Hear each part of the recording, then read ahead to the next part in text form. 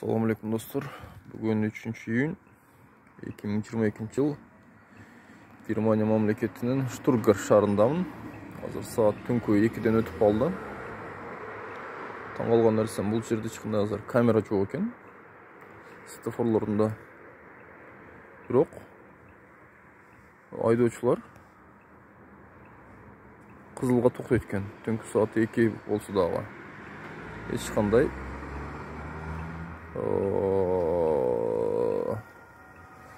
камерадағы полицейскісі біле жоқ.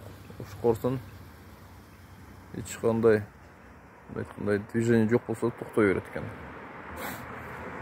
Бұл біздің қырғызстандық керік айдоочылар үшін өте таңғалышты болса керек.